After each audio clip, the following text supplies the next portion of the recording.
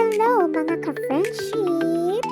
Ito ang aking my routine as a domestic helper sa bansang Hong Kong. So, 15 na ngayon. So, every 2 weeks, kailangan ko magpalit ng bed sheets, pillowcase, at saka papalitan din natin yung balot ng comforter nila.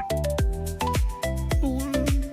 So, napakabigat ng ng bed na yan. Kasi, ayan yung bed ng asawa sa room nila.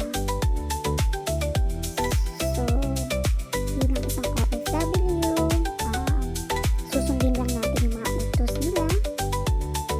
Kasi kung hindi, dito kasi sa Hong Kong, uso ang terminate. So, kapag dito nila nagustuhan, ayan naman yung UV bed vacuum cleaner. So, kapag nag-change na kami ng mga sheets, kailangan namin i-vacuum para doon mapatay yung mga bugs and matanggal yung mga dust kasi sensitive yung skin nila. So, every 2 weeks yan. Every 15 days na nagpapalit kami ng mga sheets.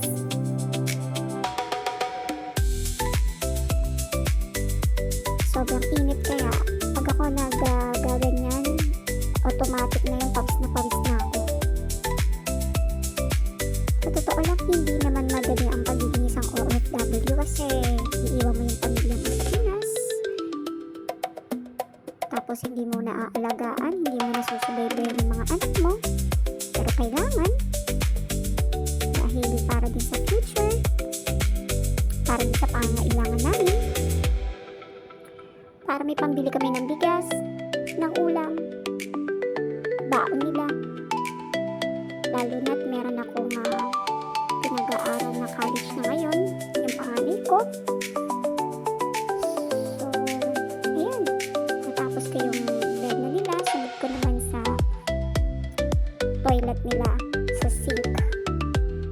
Everyday mo yung pupunasan, tsaka hugasan kasi madumi, tsaka yung salamin laging maraming bakas ng tubig na pinaghilamusan nila. So, everyday kong ginagawa yan.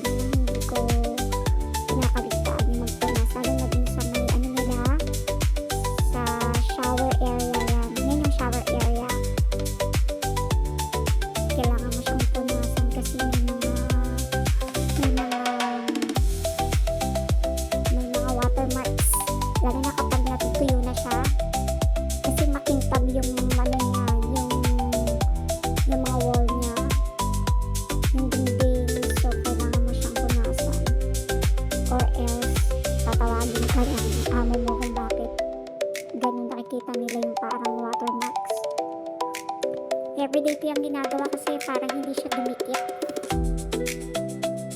Ganyan. Pupunasan mo siya ng basa, tapos yung spray mo na chemicals, then punasan mo ng tuyong basahan. Hindi naman din mahirap kasi para ka lang naman naglilinis sa bahay niyo. Kung ano ginagawa mo sa bahay niyo, ganun din naman ang gagawin. Kaso masosyal nga lang kasi may mga gamit ka. Tapos yung toilet nila, yan. Iba tayo, basa yung CR natin. Sa kanila hindi pwedeng basa. Kailangan tuyo yan. So kapag naglilinis kami, simple lang naman din yan. Pupunasan mo lang siya ng may chemical. Tapos ibadash mo. Ganyan lang. Hindi naman mas mahirap. Yan, may jacuzzi din sila. So kailangan yan. Makikita mo naman pag ginamit nila sobrang dumi niyan. Yung jacuzzi, yung parang mga libag-libag. Oo, pagka naliligo sila. Nakadikit yan dyan sa gilid. So kailangan mo siyang linisan. Punasan mo, sprayan mo muna ng chemicals dyan. Tapos hugas mo parang sabon. And then patutuyuin mo din siya. Yan na yung sa toilet nila. Then labas naman tayo sa kanilang higaan ulit para magpunas ng mga alikabok. Uy, alam mo ba, kahit na araw-araw kami nagpupunas dyan, maalikabok talaga. Ang init.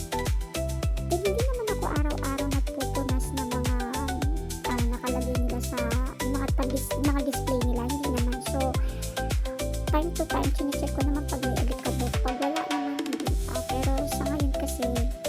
kailangan ko siyang punasan kasi ang maalikabok na siya.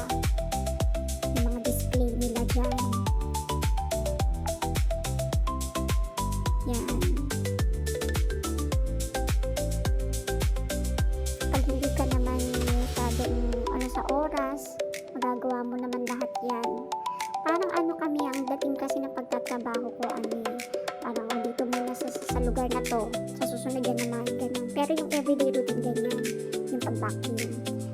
Tapos yan, kailangan natin pagpagin yung pasahan kasi ang daming mga buhok. Uy, yung mga amok po, nakikita yung mga buhok-buhok, lalo na kapag malayo sila, mag-i-spotting yan, mag-check yan na kung nakapag-vacuum ka o hindi. Ang galing nga ng mga mata nila sobrang linaw. Nalalaman nila kung may buhok, or minsan magpapaapa yan para malaman nila kung nag-vacuum ka talaga. Nakachinelas kami dito pero may pen talaga nag-checking sa paa nila kung nag-vacuum ka kasi syempre nararamdaman ng paa nila magpapaayan.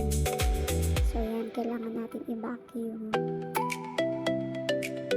Ito naman yan sa hallway na kwarto nila, so kailangan din siyang i-vacuum. Sa mga bata, yan naman ang kwarto ng mga bata, CR. So yung CR ng isang bata naman, lahat sila may kanya-kanyang CR. Dalawa lang yung anak nila pero kanya-kanya silang CR. May toilet dun sa mag-asawa, tapos may toilet din dun sa mga bata. Tag-isa din sila ng toilet, isa sa panganay tsaka isa sa bunso. Yan